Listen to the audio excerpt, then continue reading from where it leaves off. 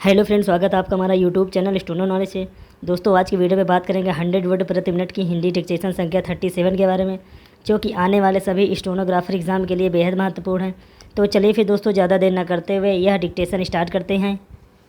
नए वर्ष का आगमन एक ऐसे समय हो रहा है जब कोरोना संकट का साया घना होता जा रहा है।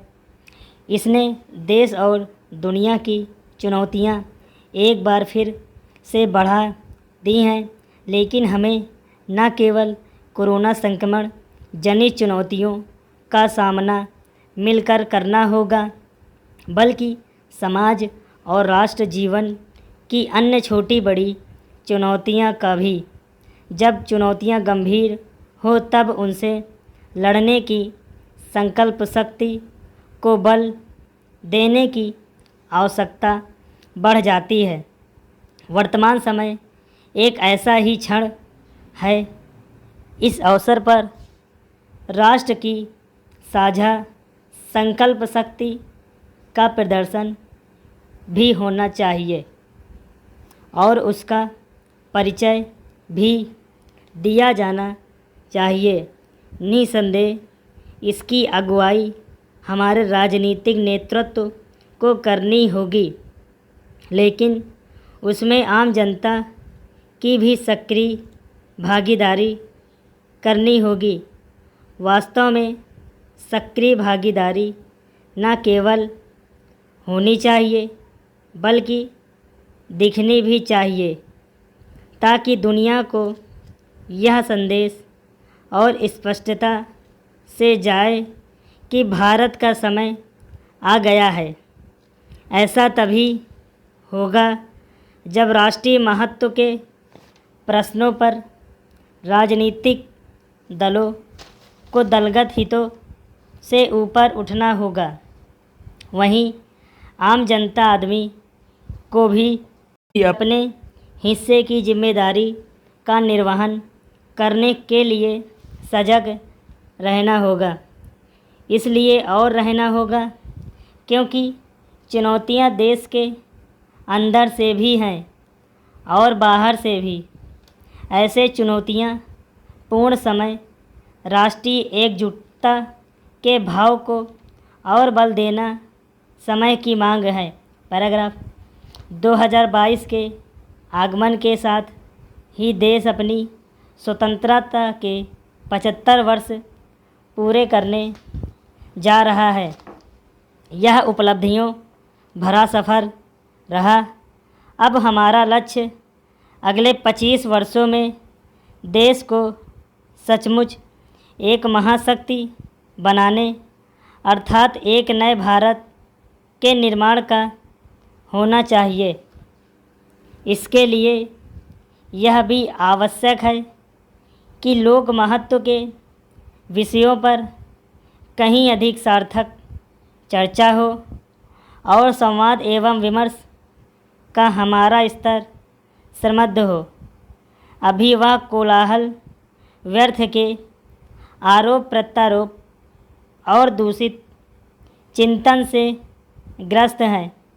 हम सबकी कोशिश होनी चाहिए कि नए वर्ष पर जीवन के हर क्षेत्र में सकारात्मकता के साथ एक नई शुरुआत हो और समरसता एवं सद्भाव हमारी शक्ति बने। नए वर्ष का आगमन केवल परिवर्तन की आशा का संचार ही नहीं करता, बल्कि सर्वत्र शुभ होने का भी जगाता है। उसका स्वागत हर्ष एवं उल्लास से किया जाता है। इस बार भी ऐसा ही किया जाना चाहिए, लेकिन सावधानी के साथ, क्योंकि कोरोना वायरस के बदले हुए प्रतिरूप फिर समस्या बन रहे हैं। स्पष्ट है कि उन तौर तरीकों को लेकर फिर से सचेत होने की आवश्यकता है जो संक्रमण से बचे रहने में सहायक हैं।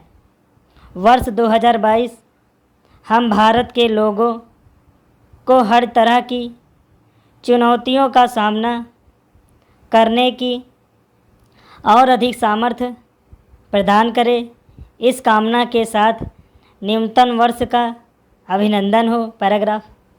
उत्तर प्रदेश विधानसभा चुनाव में पहली बार घर बैठे मतदान की सुविधा देने की घोषणा करके भारत निर्वाचन आयोग ने चुनाव सुधार की दिशा में एक और महत्वपूर्ण कदम बढ़ा दिया है।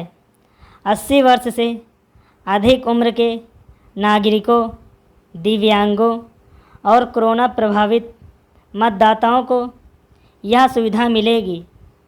पीपीई किट पहनने निर्वाचन कर्मियों उनके घर आकर पूरी गोपनीयता के साथ पोस्टल बैलेट के जरिए मतदान कराएंगे। इसकी वीडियोग्राफी भी होगी। राजनीतिक दलों के प्रतिनिधि भी वहां रह सकेंगे।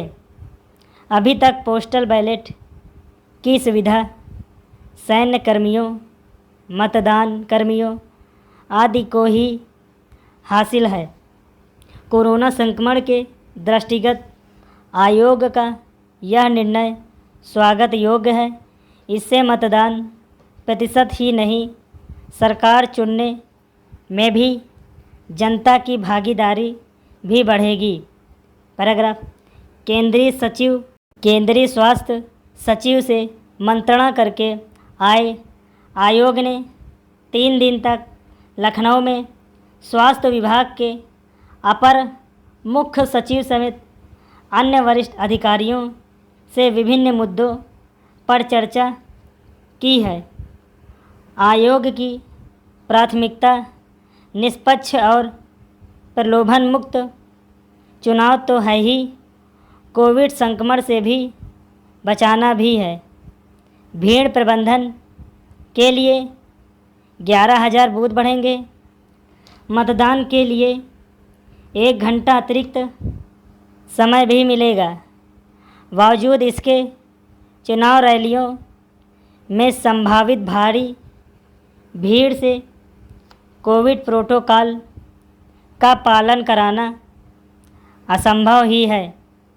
शारीरिक दूरी के मानक तभी लागू हो सकते हैं जब रैली में सीमित लोग आएं। इनकी भी सघन निगरानी की जाए। नया विकल्प डिजिटल रैलियां हैं। आयोग भी डिजिटल रैलियों के विकल्प पर गंभीर दिख रहा है। राजनीतिक दलों ने भी रैलियों में भीड़ घटाने को लेकर सकारात्मक रुख दिखाने की बात की है। बात सिर्फ कहने से नहीं बनेगी। राजनीतिक दलों को इनका ईमानदारी से पालन भी करके दिखाना होगा। मतदाता सूची से आधार लिंक के निर्णय के बाद आयोग से चुनाव सुधार और कदम अपेक्षित है। प्रवासी लोगों को जहां है वहीं से गृहस्थ क्षेत्र की सीट पर मतदान की छूट देनी चाहिए। नौकरी और शिक्षा के लिए घरों से दूर आए लोग अभी वोट नहीं डाल पाते। अधिकांश इतने सक्षम भी नहीं कि वोट के लिए घर चले जाएं। चुनाव सुधारों का यह सिलसिला इसलिए भी ज़रूरी है ताकि लोगों की मतदान में दिलचस्पी बनी रहे, बढ़ती चले। दोस्तों, अगर आपको हमारी वीडियो अच्छी लगी हो तो वीडियो को लाइक करिए और वीडियो को शेयर करिए ताकि लोग ज़्यादा से ज़्यादा हमारी ये वीडियो देख सकें, और चैनल को सब्सक्राइब करना बिल्कुल भी मत भूलिएगा। So thank you very much दोस्तों।